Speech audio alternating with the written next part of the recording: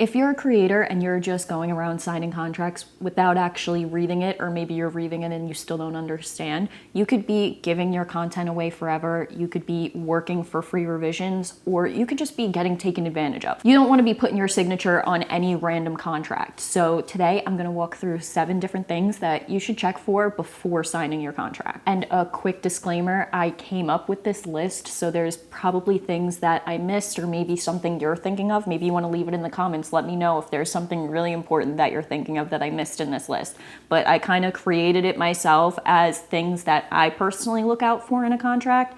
And like I said, maybe I forgot some things. So by all means, comment and tell me anything that you have seen that you think creators should watch out for. Because all of these clauses, they're not inherently bad, but if a brand is sending you the contract, they could be worded in a way that benefits them and does not benefit you at all, or actually takes advantage of you. And that's why you want to actually read your contracts and see what you're signing yourself up for. The first one is usage rights, and this tells the brand how long they can use your content for and where they can use it. So websites, ads, organic posting. You want to make sure you know where they're putting your content, because as you may know, when you're creating paid ads, those cost more money than if you were creating organic content for a brand. Organic content, which is posted on their social media, and then paid content, which they're going to run as an ad. Now, these paid ads typically require higher compensation because the brand is literally directly profiting from that piece of content that you're giving them for them to post as an ad. Also, really important, you want to look out for the word perpetuity. They might put it under the usage rights, or maybe it could be somewhere else. Just make sure if you see that word, that means they are getting your content forever. They can use your content forever. So if that is in there, you want to go back to them and adjust the time frame, make some type of time frame as to how they can use your content, or you want to be getting paid significantly for that piece of content because now they can use it forever. Number 2 is payment terms, and this section is going to outline how much you'll be getting paid, when you're getting paid, and how you will get paid, like PayPal, bank transfer, Stripe. There's so many ways to get paid these days, all these apps and stuff. I personally will use PayPal or Stripe, and also bank transfer sometimes depending on the client. But that's up to you how you want to get paid. You don't want to find yourself chasing people for payments, so this section should clearly outline those 3 things. You can even add a late fee clause in there if content is overdue. I've seen creators do a percentage or just a flat fee amount as to what it would be if they are late paying you.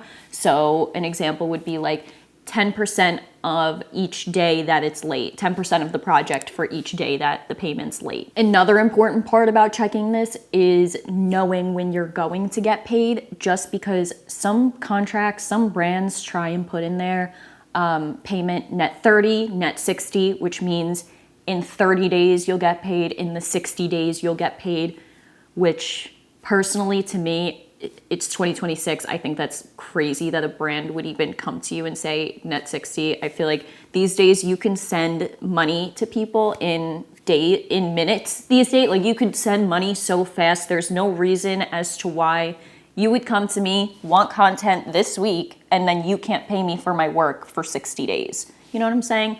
Doesn't really make sense. But to each their own. Whatever you feel comfortable doing and want to do, but it's just a nice thing to check, because let's say you have a big project and the project's $2,000 and you think you're getting paid this $2,000 this month. Well, you didn't read the contract and now it says net 60. So you might not get that $2,000 for the next 40 days. Yes, so just make sure in the payment terms, it clearly states how you're going to get paid, how much you're going to get paid, and when you're going to get paid. Those are 3 things you definitely want in there. You want to know, and if it's not directly outlined in there, you're allowed to go to the brand and say, hey, I need this changed or whatever. You can adjust the contract and go back and forth if you're not okay with something in the contract. Don't just sign your name on something because you want the deal or anything like that. Really actually read it. Number 3 is deadlines, and this is going to tell you when the content is going to be due for the brand, and also the expectation of the brand actually reviewing and approving the content. In this, you'll clarify what the deadlines are. Maybe there's a product involved, so you will take into account maybe how long it's going to take to ship that product to you.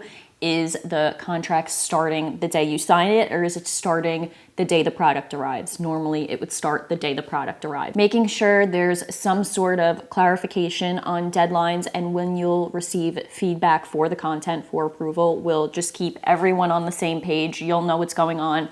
The brand will know what's going on. You won't be waiting around for approval for weeks on a piece of content, and they won't be waiting around wondering when they're gonna get the content. Number 4 is revisions and approvals. And this section is going to outline how many rounds of revisions the brand is allowed to request, and then also what happens if the brand requests more revisions. The common structure is usually 1 to 2 revisions, which means that the brand can come to you 2 times and ask for some type of revisions, small edits in the piece of content that you sent over to them. Without a clause like this in there, they could ask for multiple revisions and you don't have anything written out saying how many you can get, this and that. So, and in the end, you would be getting taken advantage of. So rather than either not writing it at all or offering them none, at least add 1 to 2 in there. So then you guys will agree on the number of revisions that comes with it. And then if there's any more after that, there would be some type of fee involved. And when I say revisions, it's small edits or like a clip reshoot or something like that. It's not a whole reshoot of the whole entire project.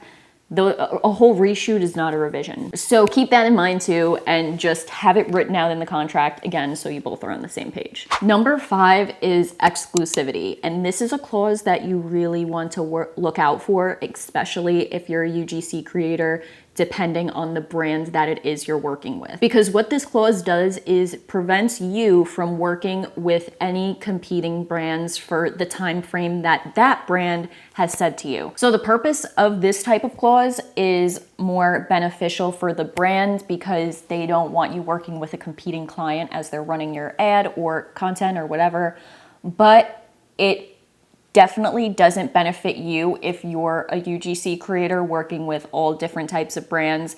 And now, since you worked with, let's say it's a skincare brand, and they said for the next 6 months, you cannot work with any other skincare brands.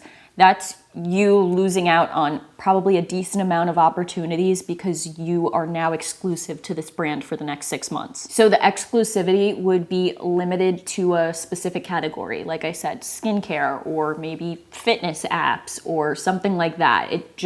They wouldn't want you working with competing brands. So you want to know how long they want you to be exclusive to them and to make sure that it's not too restrictive. Because like I said, that example, not to work with skincare brands for 6 months is a long time. Maybe that was a little drastic. Some of them will be like 2 months or 30 days or whatever it is. But check, because it can be anything. You never know what a brand will sneak in there, and you want to make sure that you're aware of it. So it's really going to be personal preference, up to you. If you're okay with the exclusivity or whatever the terms that they're giving you, that's fine. But creators also negotiate higher pay to kind of compensate for the loss of all those opportunities that they might have gotten in the 6 months. It's personal. It really depends on you. If you really don't want exclusivity in the contract, you can even try and get it taken out and see how the brand feels about it. It always depends on who you're working with, and there's so many different things that can vary, that can change what they say, if they're okay with taking the exclusivity out or not. But you can try, see what they say. Number 6, copyright and ownership. This clause will tell you who owns the rights to that piece of content after it's created. You'd want to retain the rights to your content unless you're getting paid very nicely to transfer those rights. In most UGC contracts, the creator will retain the rights to the content while granting usage rights to the brand. And these usage rights tell the brand where they can use this content and how long, the specific period of time that they can use it. And then legally, you still own the copyright to that content. So you do want to retain ownership in your content wherever it's possible. I've talked about this in other videos where like organic posting, usually the rights are already in the price for 3 months. That's kind of like the basic standard 3 months of usage rights included. But now if the brand wants to run that piece of content, not organically, as a paid ad, then that's going to be another licensing fee. So basically the ownership means who the content belongs to, and the usage rights is how the brand is allowed to use the content. Number 7 is deliverables, and this is another one like the payment terms that you really want to you want to have it listed out really clearly so everyone's on the same page. Well, obviously for the whole contract, you want everything clear so that everyone's on the same page.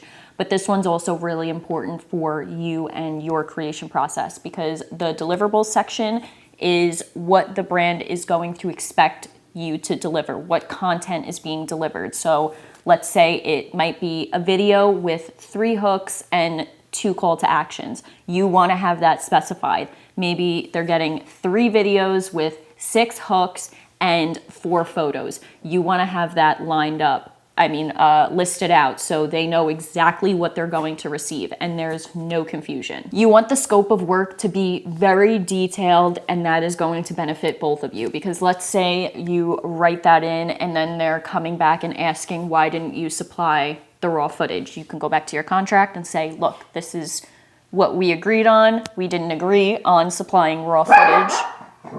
Okay, we're not going to be doing that today. She just made me lose my train of thought.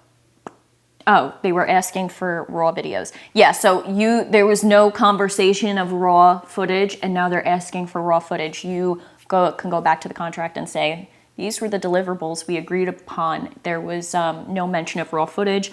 Like, that's a great example. Raw footage, that's an extra charge. Raw footage is golden, because let's say that was one video that you gave them and now they want all the raw footage. You know how many videos they can make just from your raw footage? So that's why creators charge more if they want raw footage. The standard's usually 50% of the base rate. So they're getting one video, you charge them $200 for that video. Now they want the raw footage, it's an extra $100 on that. So $300 total. So just check and add it in if you need to. A clear deliverables section I think is really important, because it will prevent you from having a brand come to you asking for all this extra content that was never agreed upon. So having that clearly stated, they know what to expect, you know what to deliver to them, everyone's happy. I have one final tip I'm going to add in, and it is save everything. Save every single thing you sign, every contract, everything. Save everything. It's so important to have these things saved. I have an external hard drive with folders that I keep all of my stuff organized for UGC, and I can go in there and find you a contract I signed in 2023. And you want to stay that organized and have everything saved and keep everything. You never know when something's going to come up or anything like that. So I just personally, I save everything, rather be safe than sorry. So my tip to you would be, make sure you save everything, save your contracts. And that is that. I hope that you feel a little less intimidated when reading contracts and a little more confident when signing them. All of these things are things that you want to look out for. They're common to find in contracts. And like I said in the beginning, I'm sure there's more that are just not on my list that I couldn't think of. So if there's anything you want to add to it, like I said, leave a comment, tell me what you have seen in a contract that us creators need to look out for. And I hope you enjoyed the video. Have an amazing day, and I will see you in the next one.